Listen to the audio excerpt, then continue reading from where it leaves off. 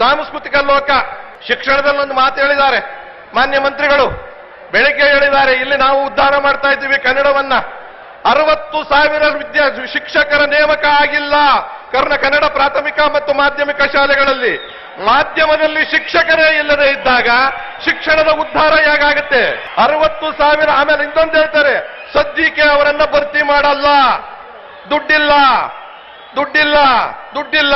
ಕನ್ನಡ ಉದ್ಧಾರ ಕನ್ನಡ ಉದ್ಧಾರ ಕನ್ನಡ ಉದ್ಧಾರ ಹೇಗಾಗುತ್ತೆ ಅಲ್ವಾ? ಆಂಗ್ಲ ಮಾಧ್ಯಮಗಳ ಹಾವಳಿ, ಕನ್ನಡ ಶಾಲೆಗಳ ಅವನತಿ, ಖಾಸಗಿಯವರ ದಂಧೆ. ಶಿಕ್ಷಣ ಮಂತ್ರಿ ಇದನ್ನ ನಮಗೆ ಹೇಳಿದ್ದಾರೆ. ಇದಲ್ಲದೆ ಗೋರುಚಾರ ಒಂದು ಮಾತು ಹೇಳಿದ್ದಾರೆ ನಿನ್ನೆ ದಿವಸ, ಜ್ಞಾಪಕ ಇರಲಿ, ನಾವು ಯೋಚನೆ ಮಾಡಬೇಕಾಗಿರೋದು. ಡೆಲ್ಲಿಯಲ್ಲಿ ಶಾಲೆಗಳು, ಸರ್ಕಾರಿ ಶಾಲೆಗಳು 100ಕ್ಕೆ 100% ಪರ್ಸೆಂಟೇಜು ರಿಸಲ್ಟ್ ಬರೋದಾದ್ರೆ ಕರ್ನಾಟಕದಲ್ಲಿ 60% ರಿಸಲ್ಟ್ ಯಾಕೆ ಬರ್ತಿದೆ? ವ್ಯವಸ್ಥೆ ಇಲ್ಲ, ಸ್ಕೂಲ್ಗಳಿಲ್ಲ, ಬಿಲ್ಡಿಂಗ್ ಇಲ್ಲ, ಮೇಸ್ಟ್ರ್ ಇಲ್ಲ, ಟೀಚರ್ ಇಲ್ಲ. ಖಾಸಗಿಯಲ್ಲಿ ದುಡ್ಡು ಕೊಟ್ಟು ಓದ್ತಾರೆ, ಅವರು ಪಾಸ್ ಆಗ್ತಾರೆ. ಇವರು 32% ಫೇಲ್ ಆಗಿದ್ದಾರೆ ನಮ್ಮ ಕನ್ನಡ ಮಾಧ್ಯಮದಲ್ಲಿ. ಫೇಲ್ ಆಗೋದು ವಿದ್ಯಾರ್ಥಿಗಳಲ್ಲ, ಪೋಷಕರಲ್ಲ, ಸರ್ಕಾರ ಫೇಲ್ ಆಗಿರೋದು, ವ್ಯವಸ್ಥೆ ಫೇಲ್ ಆಗಿರೋದು, ಅನುಕೂಲ ಫೇಲ್ ಆಗಿರೋದು, ಸೌಲಭ್ಯ ಫೇಲ್ ಆಗಿರ್ತಕ್ಕಂಥದ್ದು.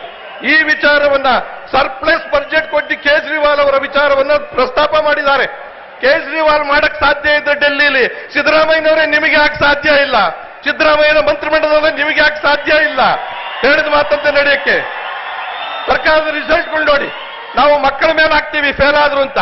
ಸ್ಕೂಲ್ ಇಲ್ಲ, ಬಿಲ್ಡಿಂಗ್ ಇಲ್ಲ, ಕಟ್ಟಡ ಇಲ್ಲ, ಮೇಸ್ಟ್ರ್ ಇಲ್ಲ, 60,000. ಅವ್ರು ಯಾವ ರೀತಿ ಮಾರ್ಕ್ಸ್ ತೆಗಿಬೇಕು? ಸರ್ಕಾರಿ ಶಾಲೆಯಲ್ಲಿ 35% ತಗೊಂಡವನೇ 100ಕ್ಕೆ 100 ತಗೊಂಡಂಗೆ ಅನುಕೂಲ ಇಲ್ಲದೆ ತಗೊಂಡಿರ್ತಾರೆ ಅವರು.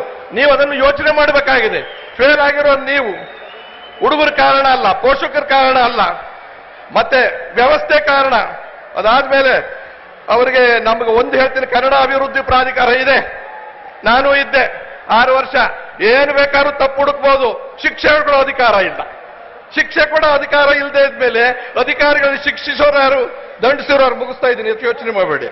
ನೋಡಿ, ಅವ್ರದ್ದು ಸ್ವಲ್ಪ ಸರ್ಕಾರಕ್ಕೇನೋ ಚಿಗುಟ್ಟಿದ್ದಿಲ್ಲ, ಬೇಡ ಬೇಡ ಅಂತ ಹೇಳಕ್ ಬಂದವ್ರಿ. ಬೇಡ ಬೇಡ, ಹಂಗೆಲ್ಲ ಆಗಲ್ಲ, ಹೇಳ್ಬೇಕಾದ್ ಹೇಳಲೇಬೇಕಾಗತ್ತೆ. ಅಲ್ರಿ, ಹುಡುಗರು ಫೇಲ್ ಆಗ್ತಾರಲ್ಲ, ನೀವು ಸ್ಕೂಲ್ ಸರಿಯಾಗಿ ಇಟ್ಟಿದ್ರೆ ಹುಡುಗರು ಯಾಕೆ ಫೇಲ್ ಆಗ್ತಿದ್ರು? ಯೋಚನೆ ಮಾಡ್ಬೇಕಲ್ವಾ? ಅಪ್ಪ ಅಮ್ಮನ ಬೈತೀವಿ, ಆ ಮಕ್ಕಳನ್ನ ಬೈತೀವಿ. ಮಕ್ಕಳೆಲ್ಲ ಓದ್ತಾರೆ, ದೊಡ್ಡ ದೊಡ್ಡ ಶಾಲೆಗಳಿಗೆ ಲಕ್ಷಾಂತರ ಕೊಟ್ಟು ಓದ್ತಾರೆ.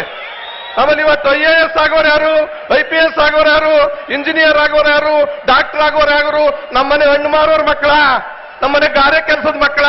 ಇವ್ರ ಮಕ್ಕಳು, ನನ್ನ ಮಕ್ಕಳು, ಮುಖ್ಯಮಂತ್ರಿಗಳ ಮಕ್ಕಳು, ಆ ಥರದವ್ರ ಮಕ್ಕಳು. ಇದನ್ನು ತಪ್ಪಿಸ್ಬೇಕು. ನಮ್ಮಲ್ಲಿ ಜ್ಞಾನ ಇಲ್ವಾ, ಬುದ್ಧಿ ಇಲ್ವಾ? ನಮ್ಮ ವಿದ್ಯಾರ್ಥಿಗಳಿಗೆ ಬುದ್ಧಿ ಇದೆ, ದುಡ್ಡಿಲ್ಲ. ಅದನ್ನ ಸರಿ ಮಾಡಿದ್ರೆ ಮಾತ್ರ ತಕ್ಷಣ